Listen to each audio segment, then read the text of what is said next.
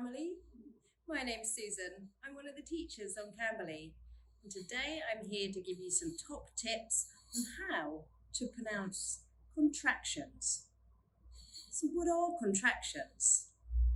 A contraction is a word made of two words put together, such as I am, I'm, cannot, can't.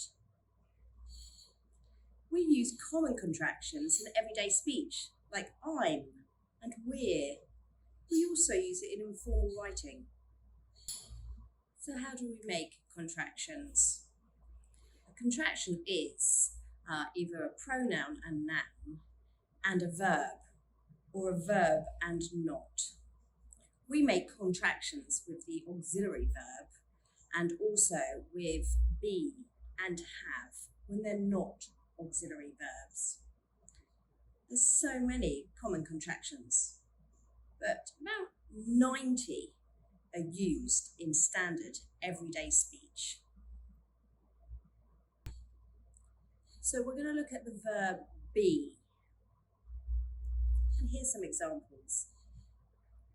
I am, I'm. You are, you're. He is, he's. She is, she's. We are, we're. They are, they're. Who is, whose. What is, what's. Where is, where's. When is, when's. How is, how's. And here is, here's. Now, let's look at a couple of examples. That's my coat, and this is yours. He's taller than you. Now, let's look at will and the form of. I will, I'll. He will, he'll. She will, she'll. You will, you'll. It will, it'll. We will, we'll. That will, that'll. Who will, who'll. What will, what'll. Where will, where'll. When will, when'll. Why will, why'll. And how will, how'll. These ones are pretty tricky to say, huh? Here's some examples. I'll be leaving work at 6 p.m. We'll be going to the park after work. That'll be $10, please. Now, let's take a look at the form of would. I would, I'd. You would, you'd. He would, he'd. She would, she'd. It would, it'll. We would, we'd. They would, they'd. Who would, who'd. What would, what'd. When would, when'd. Why would, why'd. How would, how'd. Again, those ones are really tricky to say. Let's look at a few examples. They'd love to have some tea. I'd love to go for a walk. Now, let's look at the form of have. I have, I've. You have, you've. He has he's. She has she's. It has its. We have we've. They have they've. Who has whose. What has what's. Where has where's. When has when's. Why has why's. How has how's. Tricky, but still a little bit easier than the wills and the woulds. Let's look at some examples. We've just booked a holiday. They've just bought a new car. Where's the dog? We're going to move on now to had and the form of. Let's take a look. I had, I'd. You had, you'd. He had, he'd. She had, she'd. It had, it'd. We had, we'd. They had, they'd. That had, that'd. Who had, who'd.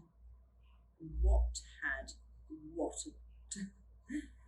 When had, when'd. Why had, why'd. And how had, how'd. Again, it's quite tricky. Some of them get sort of stuck on how you roll the tongue. But have a go. We're going to look at a few examples. They'd better hurry up or we'll be late. We'd better get up. And now, if you want to turn it into a negative, we can add not.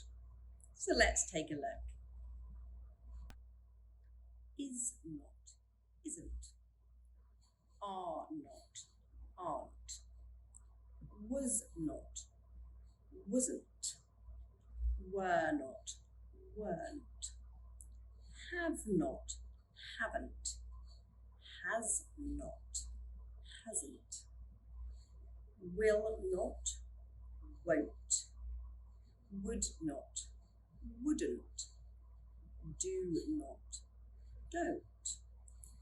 Did not, didn't. Cannot, cannot, or can't. Should not, shouldn't. Might not, mightn't. Must not, mustn't. I think those ones are a little bit easier. Let's take a look at some examples. He isn't coming to school today. He's sick. I can't go to the party. I have too much work.